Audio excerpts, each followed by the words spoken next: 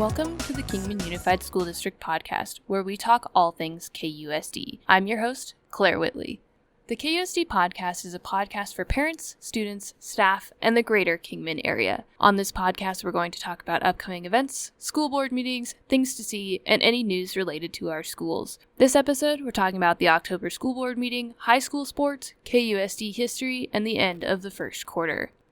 Tuesday, October 6th, the Kingman Unified School Board heard updated reports from Superintendent Dr. Gretchen Dorner about COVID and KUSD. Dr. Dorner reported that across the board, the numbers look great. From August 17th until October 5th, there were no reported positive cases of COVID at any district building. There was one adjunct employee who tested positive, but the employee had not been on campus. Dr. Dorner did report that changed as of October 5th. There was one confirmed positive case at an elementary school campus. Staff, parents, and students of that school were notified as per guidelines provided by the Mojave County Health Department. Other than this one instance, locally, all of the charts for Mojave County are in the green, according to the recent numbers from the Arizona Department of Health. County COVID numbers held steady from last week to this week, other than a slight increase in the number of cases per 100,000 residents. This data represents the 2 weeks after Labor Day. This means that the county, as a whole, meets all of the suggested benchmarks for returning to on-campus classes. The board voted in August to resume full on-campus learning October 19th.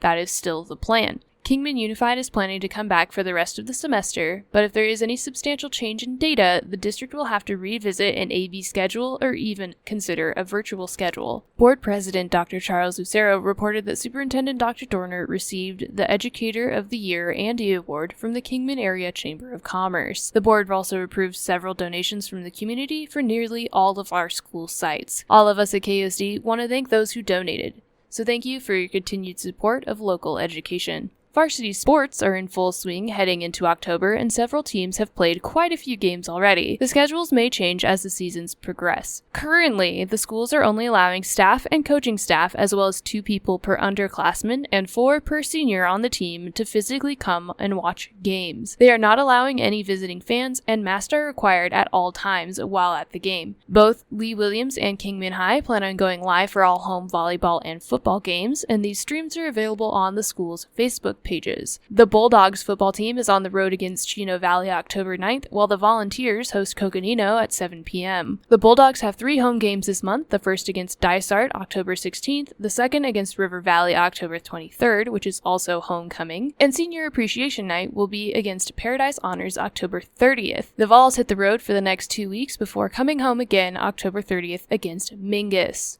Both varsity volleyball teams have several upcoming matches this month. The Vols start with an away match at Coconino October 10th, then they turn around and host St. Mary's at 6 p.m. October 13th and Flagstaff October 15th. The Vols also have 2 more home matches on October 22nd and 28th. The Bulldogs are hosting Yuma Catholic at 6 p.m. October 13th and then hit the road for the rest of the month. Their next home match is listed as November 3rd. Cross Country has a few invitationals they will attend at Parker, Mojave, and Kingman High this month, and the swim teams will head on the road October 15th, but they will be back home for the Kingman vs. Lee meet October 22nd, which appears to end their fall season. Both of the Bulldogs golf teams have home invitationals on October 13th and 14th, and the Volunteers boys golf team will also be on the home field green October 13th. Next month, I'll give listeners the regional standings and any updates on postseason games, invitationals, or regionals.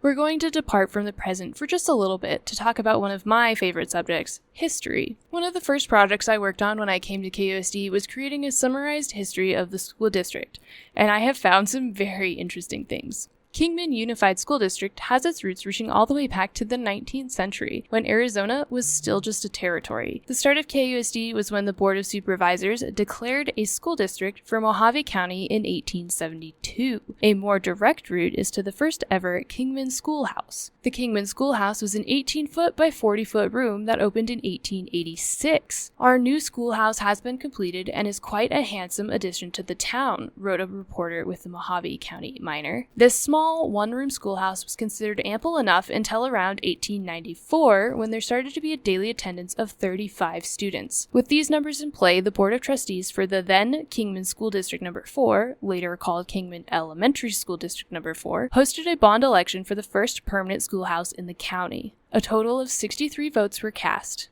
49 in favor and 14 against, for the issuance of $6,000 in bonds to build the Little Red Schoolhouse. On March 28, 1896, the first classes were held at the small brick building at the corner of 4th Street and Oak. To this day, the building can still be found, but now it holds the Kingman Municipal Courthouse. It even still has the red brick walls and the legendary bell. Next month, we'll talk about the early 20th century and the changes that took place around Kingman education. With that history lesson done, there are a few upcoming dates for parents, staff, and students to keep in mind. Thursday, October 8th, marked the end of the first quarter of the 2020-2021 school year. That means Monday, October 12th through Thursday, October 15th is our fall intersession. Then we hit quarter 2 hard Monday, October 19th, and the first quarter report cards go home by October 22nd. The first day of second quarter also means full on-campus live instruction for all students. We will have more information posted on our website about any updates regarding the COVID data. And that's all we have for today. Thanks for listening to this episode of the KUSD podcast. To get even more news and information, check out our website at www.kusd.org. We are Kingman Unified. Talk to you next time.